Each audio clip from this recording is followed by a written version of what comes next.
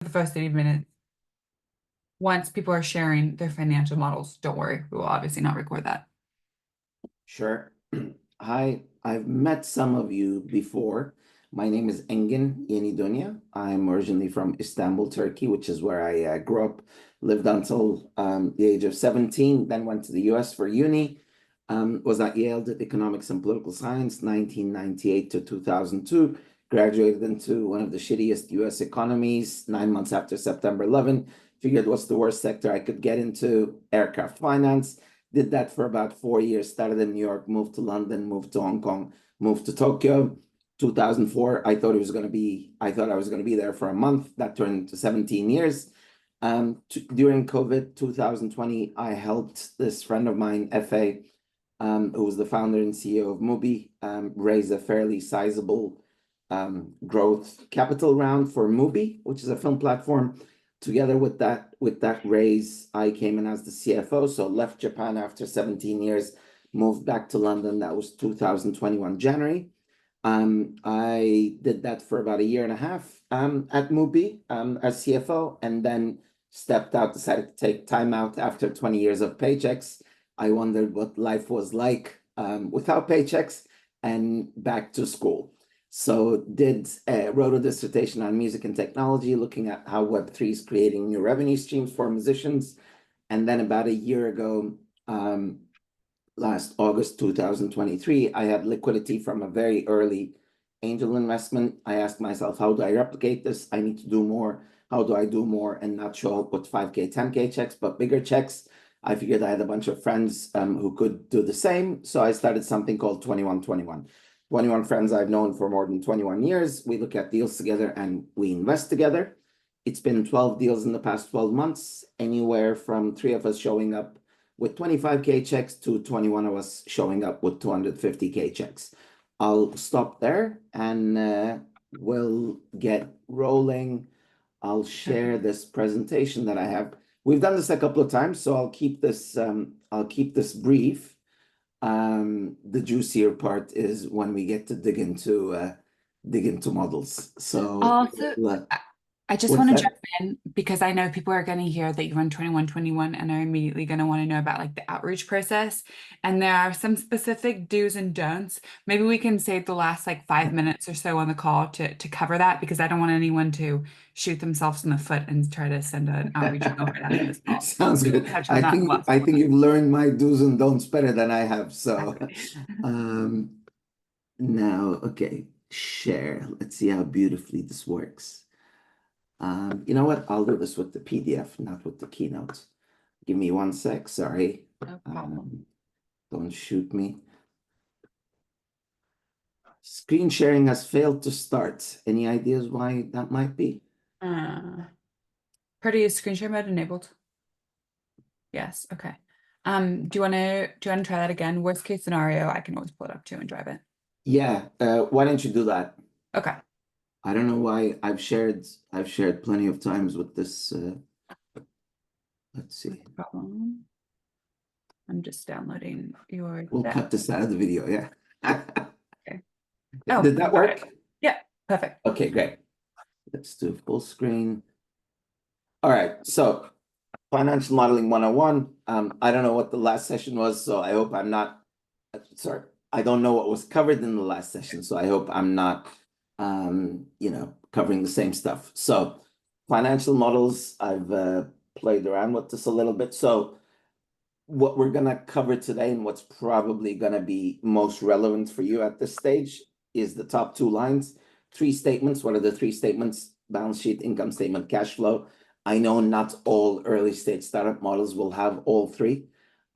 Cash flow and income statement being the more important of the 2, unless you're actually a balance sheet based business. DCF, that's discounted cash flow, essentially the return on the valuation, one way of valuing a company, and one that you may or may not include in your model. Forecasting, obviously, all of the financial models that you put together will include elements of that. Consolidation is more of maybe operating model concern. If you have multiple entities, you want to be consolidating them. When you get to financials, budget, obviously a lot of what we do, a lot of the forecasting is tied in what the budget, the last line, M&A, LBO, leverage buyouts, IPO, and option pricing, those are a lot more specific financial models. But just so you know, when people refer to financial models, these are all types of financial models that could be combined, obviously, for various reasons. 1 second. There we go. Learn the lingo. Be ready when you're presenting a financial model for things that you may not have put in there. But be ready for these questions. If someone asks you, what's your EV or what's your LTV, what's your DNA, just these are some of the words that you should be prepared for when you're diving deeper into your financials. Investors don't expect you to have a financial background, but what the real expectation is for you to own your numbers and know what you're talking about.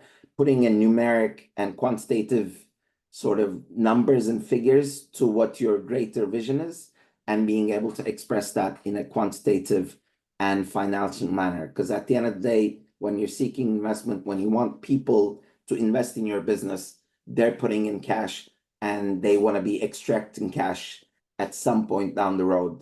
And a lot of what you see here is related to that, is that financial reality of the business. Is this something that could one day be making a handsome return to your investors? That's the question that they're looking to answer. And that's what would ultimately create that FOMO, which gets most investor juices flowing. All right. First impressions matter. So getting into the nitty-gritty of models, when you do send someone a model, these are things that are instant turnoffs for me. Circularity, circular formulas, or external links. Do not ever, ever, ever, ever, ever, ever, ever send someone a model that has these two things in them. If you want to practice, you're not sure how your model opens, send it to yourself and open it like you're someone else. The things on the right, refs and divs, also quite unacceptable in my book. Also, these the hashtags that come up, if your numbers are too big to fit into cells, again, not a good image. When a potential investor or anyone receives your model, you want them to open it and look at all this beautiful universe of numbers. You don't want them to see any of these things. Misspellings, absolute turnoff for me. Per the know this. You want to put your best foot forward. Misspelling words is not the way to do that. Don't give me, excuse my French, shit about, Excel doesn't do spell checks, this and that. Guess what? Copy and paste it somewhere else. Do your spell check, bring it back to Excel. Colors, I'm not a big fan of colors. You'll get that, all this highlights. Colors are usually used by people who are modeling to sort of point issues or things that need to be checked. To me, colors are a turnoff. These little triangles, check formula or not parallel formula. Excel is not as smart as we are, so it will keep suggesting these things, which you just need to mute and get rid of. So visually, any of these that pop up, they're a distraction. They're a friction that is stopping the investor from truly focusing on your numbers, which is what you want them to be focusing on, not anything else. Next one, want to impress. So what are the basics? Income statement, revenues, expenses, staff. I mean, those I would say are the four. If you say you have a model, those are probably at the minimum the 4 sheets that you should have.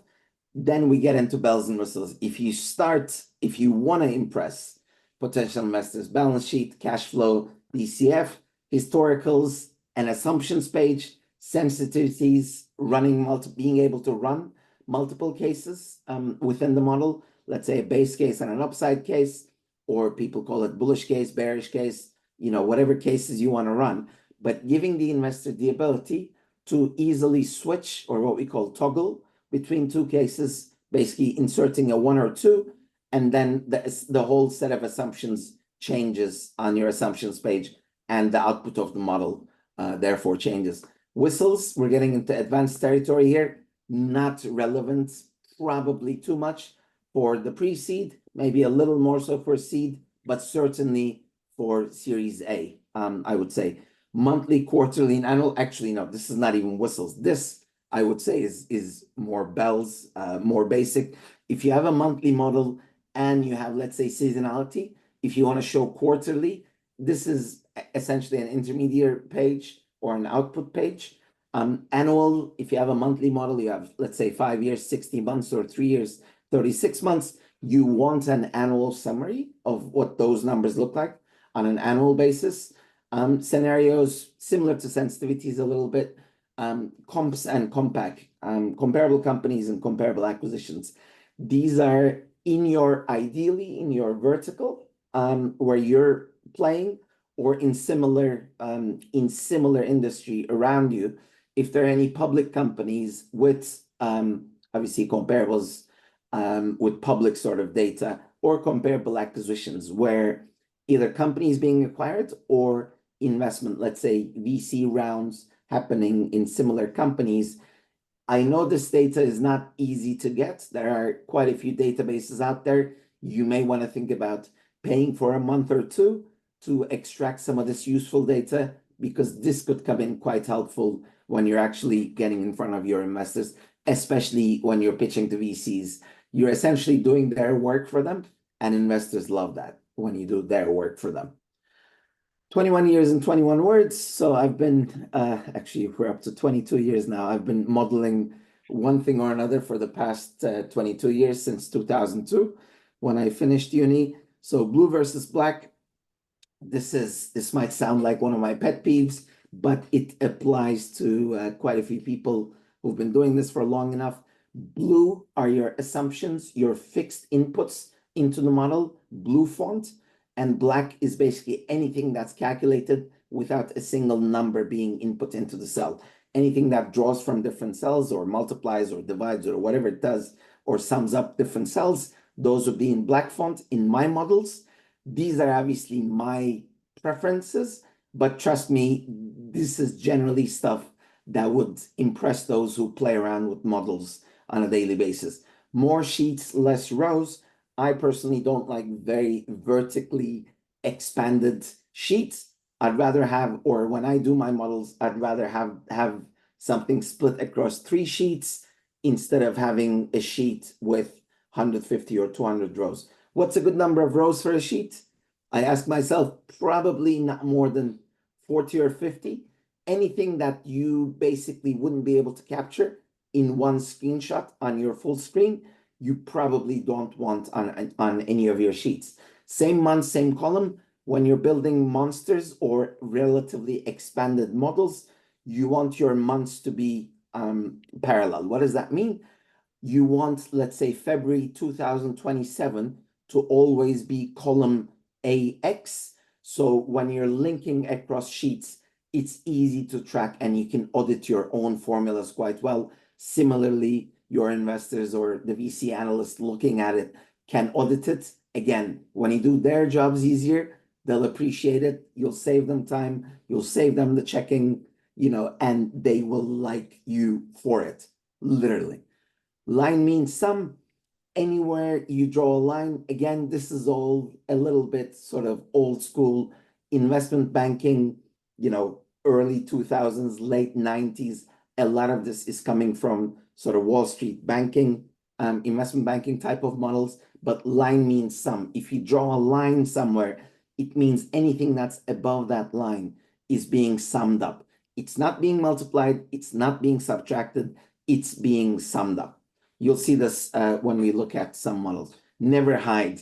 Hiding columns, never a good thing. Hiding sheets, absolute no, no, no, no, no. Never, never, never hide sheets. There are usually mistakes in hidden sheets, or you're hiding it for the wrong reasons, because any smart person who plays around in Excel will be able to unhide those sheets and look at them and catch why you are actually hiding what you're hiding. Never subtract. This is another rule of mine. If you want to subtract something, make sure that number is a negative with parentheses around it. So at the end of the day, you're only summing things up. Instead of doing 100 minus 50, you do 100 plus negative 50. So your answer is the same. at 50. Print and audits, um, again, an old school tradition. Models used to be printed essentially with a calculator in hand. I should be able to follow all the numbers on your model if I were to print it out on paper and go through them from top to bottom. Again, why is this old school? Because this is going back to the days when actually, let's say MDs would ask their assistants or their analysts to print out the model, and you literally walk into meetings with printed out models and be able to walk through, or ideally walk people through the numbers on paper. So that's my 21 words of hopefully wisdom or annoying habits that have come through my 21 years, 22 years of playing around in Excel. Samples, this is new for Purdy and M as well. These are some things that I've pulled from actual models I've looked at over the last couple of months. I'll tell you what is annoying for me in all of these, just so you get a sense of what can be distracting, different types of things that can be distracting for a potential investor. So I'll start with the one on the left. See these percentages: margin, percentage of revenue, percentage of revenue. For me, the flow of a sheet from top to bottom is quite important. So when I'm in the middle of an income statement, I want to get to operating expenses, I want to get to EBITDA at the end. I don't want these percentages distracting me. Similar to sort of add, don't subtract. I want this to flow from top to bottom. Oh, actually, there's another thing here. Expenses need to be negative, so you can sum them instead of subtracting them in the EBITDA line. So these percentages, I would actually pull them all the way down below. Just do your income statement, go all the way to EBITDA, and then put your ratios or percentages down in the bottom. It's okay. It's good to want to show me percentages, but you don't want to be distracting my flow when I'm going from top to bottom. Next one, the one in the middle. Negative numbers with minus signs before them, not a good look. You want your negative numbers in parentheses, so they're easier to pick out when you're looking at a lot of numbers. The other thing that I really don't like here is sums that are above the numbers that are being added up. So if you'll see payroll, cars and fuel, blah, blah, blah, these 5 things are being added up in the row above them instead of down below. Again, going back to flow, you want your numbers to flow, sum up, flow again, sum up, flow again, sum up. So that would be my 2 sort of negative catches with the one in the middle. I know many of you may be using templates. It's okay, but you got to familiarize yourself. We're talking about number 3 now. You want to familiarize yourself with the template and almost try to be so familiar that you can actually modify it properly. If you're not using 20 of these positions, if your company doesn't need them, you need to be able to be comfortable enough with your template that you can delete your unused lines and actually make it more modified for your own company. So it's not like, oh, I just pulled a template. Here are the 45 positions I'm not going to have, but I have them in the model anyway. They just take up space. Again, interrupt my flow. They're just not necessary. They take up space and absolutely hurt you more than help you. Last 3, on the left over here, again, an example of the colors being put in.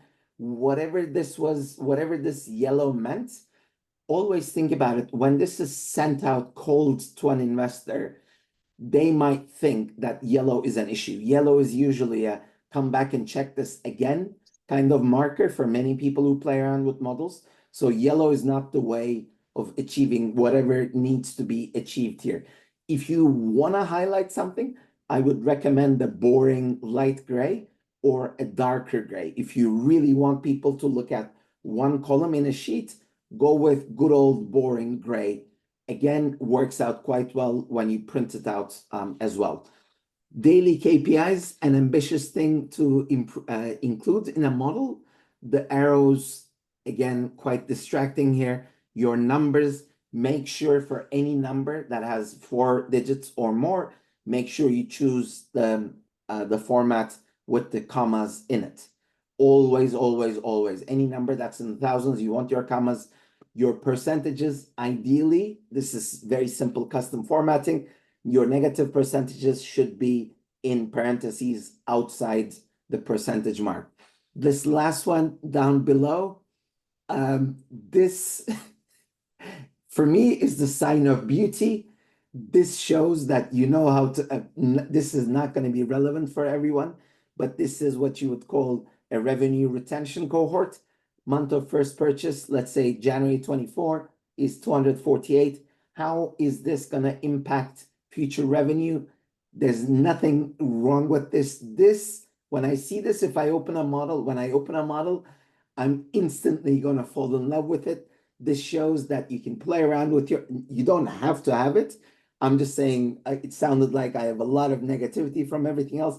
So I wanted to finish on a positive note. When I see something like this really gets my juices flowing and wants me to dive deeper into what this model or what this business is going to tell me. So it's not all negative. It's just, I mean, and this is maybe into the bells and whistles territory.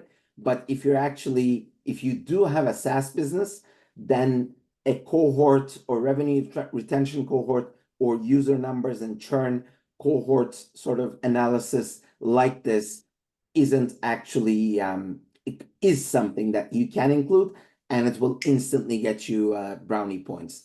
And on that note, that is my email. You can take a screenshot. I'll send it on the message board in a little bit, and that's my LinkedIn down below. And I've already listened to myself speak too much, so I'm gonna stop sharing and shut up for a minute there. And maybe we stop recording. Or do we do questions now before we Yeah, go I'm to the thinking models? let's do a few questions. Sure. But I just want to reiterate a few of the things that were said there that um I still struggled with a lot on the model. Like just for if you nail the basics that Engin just covered, like keeping the columns on the same page from tab to tab, not having any negatives, having everything in black, numbers that you hard code are blue, that will save yourself and no decimals, that will save yourself like loads of the errors that I spent a lot of time fixing. So just like get those basics right. And also one thing that we've learned from Engin is like the balance between the granular details and making sure that big picture still makes sense. So it's so easy to get caught up in the month-on-month growth and the month-on-month churn, and then forget to step away and take a look at like the overall year-on-year trend. Um, and yeah, that's something that I just constantly have to remind myself on. So just thought it was worth touching on for a moment. Okay, Pinar, I see that your arm is raised first, so why don't you go first? We'll do a few minutes of questions, and then because we do have the financial models to go over as well, we'll move on to that shortly. Okay, thank you so much. This was like the practicality we definitely needed at this point. My question is, how much the model should tell the story by itself? Do you see it as a complementary, or by itself it should be just telling a story by itself? Thank you. That's a good question. One thing I should have probably put in the pyramid is a notes page. You should ideally have a notes page that when you send out the model in a warm email, obviously models usually come after the first meeting with an investor. They say, okay, this sounds interesting. Let me see your numbers. Then you send the model.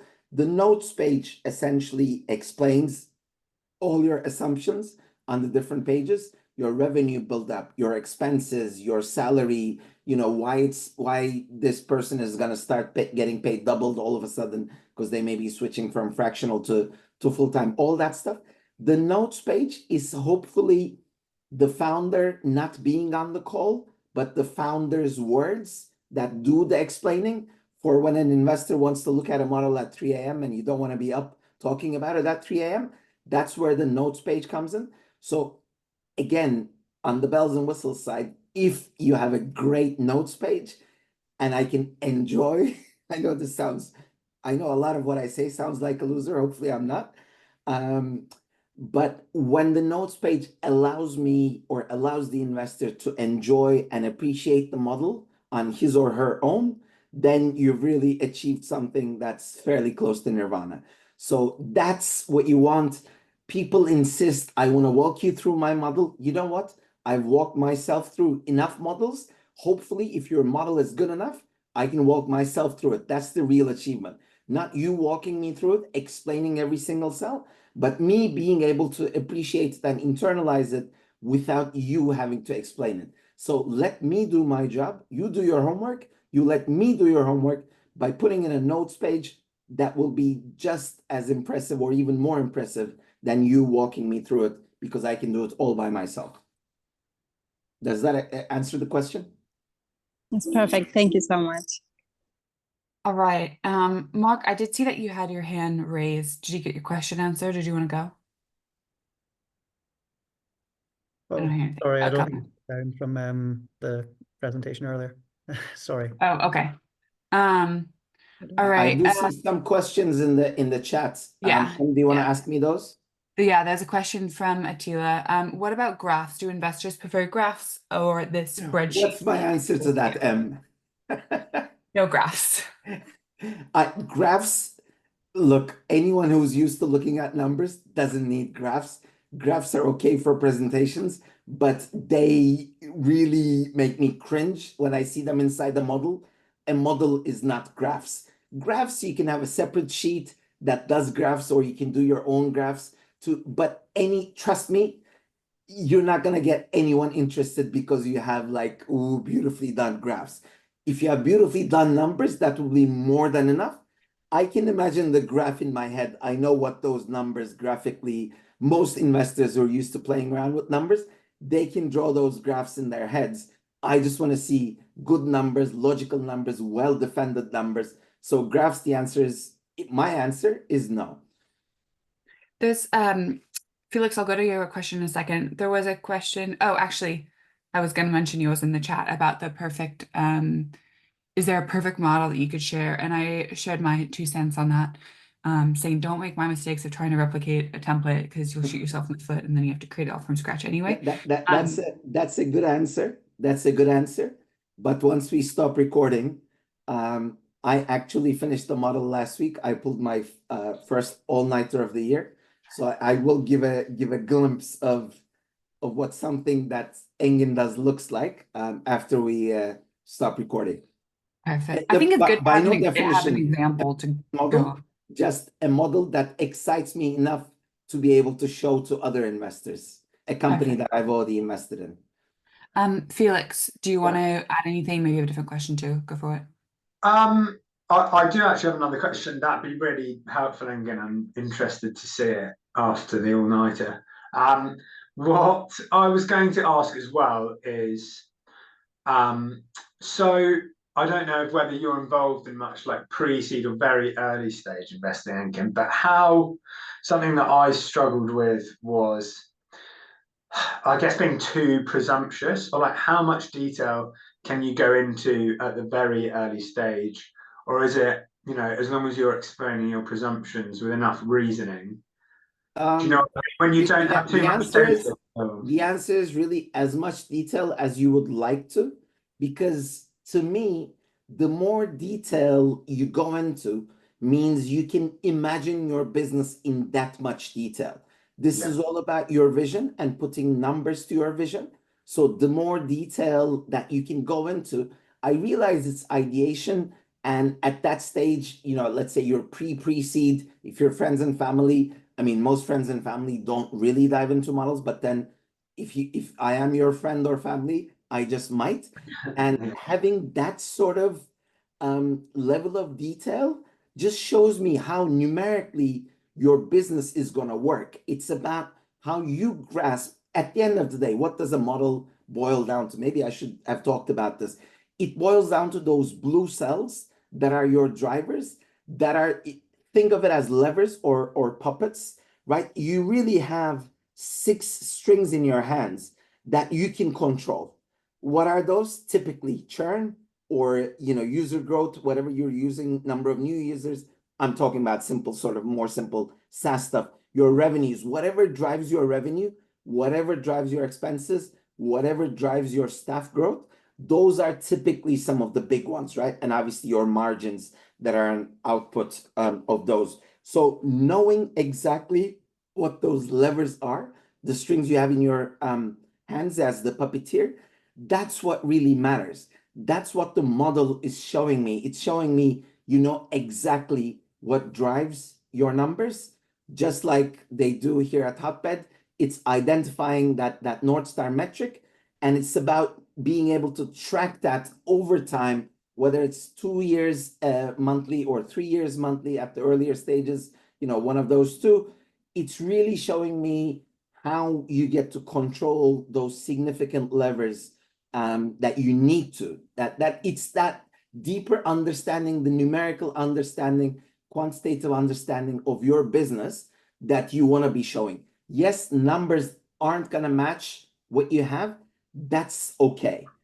Also, don't be afraid. The good thing with monthly models is being able to update them, obviously, monthly as they become actuals, and they become a good tool to communicate with your potential investors. You can say, look, our October numbers, which is exactly what we're going to do with one thing that we're working on.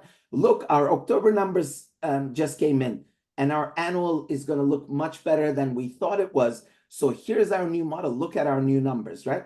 It gives you an excuse better than a, oh, the weather's so nice kind of email that you can send to potential investors. You can actually say, here's our new model with our new numbers. Our model is so good, so we can update it monthly with our actuals within 5 days of or 10 days of month, and take a look at what we've just achieved in September. I know I got too excited there, but that's No, okay. that was very helpful.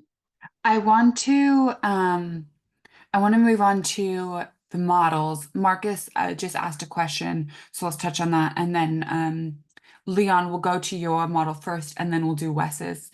So be prepared to go. Marcus has asked, what's the name of the churn numbers that you'd you liked in the samples? What is So new I think users? it's the last one that we were talking about. Those are actually revenue retention cohorts. And the logic there is, for month of first purchase, let's say looking at October this month, let's say customers who've just discovered Engin have left 250 pounds of revenue, or 250, let's say 1,000 pounds of revenues. What is that group of customers, that revenue cohort, gonna drop next month and next month and next month? So 250K this month represents, let's say they come and repeat. It may not be a monthly product, so maybe every 3 months they'll drop another big one. So 250 next month is 50, next month is 60, and then they renew 3 months later at 180, and then 3 months later at 130. So that revenue retention cohort, you can do the same logic with your user numbers. Your users, let's say 250 new users this month. Next month, that goes down to 190. Next month, 250. So tracing that each single monthly cohort, tracing that out to 2 years, typically 2 or 3 years, following that cohort and see how they behave over time. This works much better if you have, let's say, 24 months of past data, because then you can take those graphs of your existing cohorts and their spending behavior, and you can extrapolate that to the future. It's a little hard to, I mean, in the beginning, it's all assumptions if you don't have actual data. But as you start getting better data, you can apply those cohort graphs and actually put improvements on them, or make them, you don't want to make them worse, really. You want to put improvements on them. All right, thank you. Okay, we'll go on to models. Again, Leon, you're going to be going first, then Wes. Also, I've just kicked out an AI note taker because we're going to stop recording. I want to make sure there aren't any AI note takers when we're going over other people's numbers. So if you have one, please make sure you remove it. I think I've removed all of them though.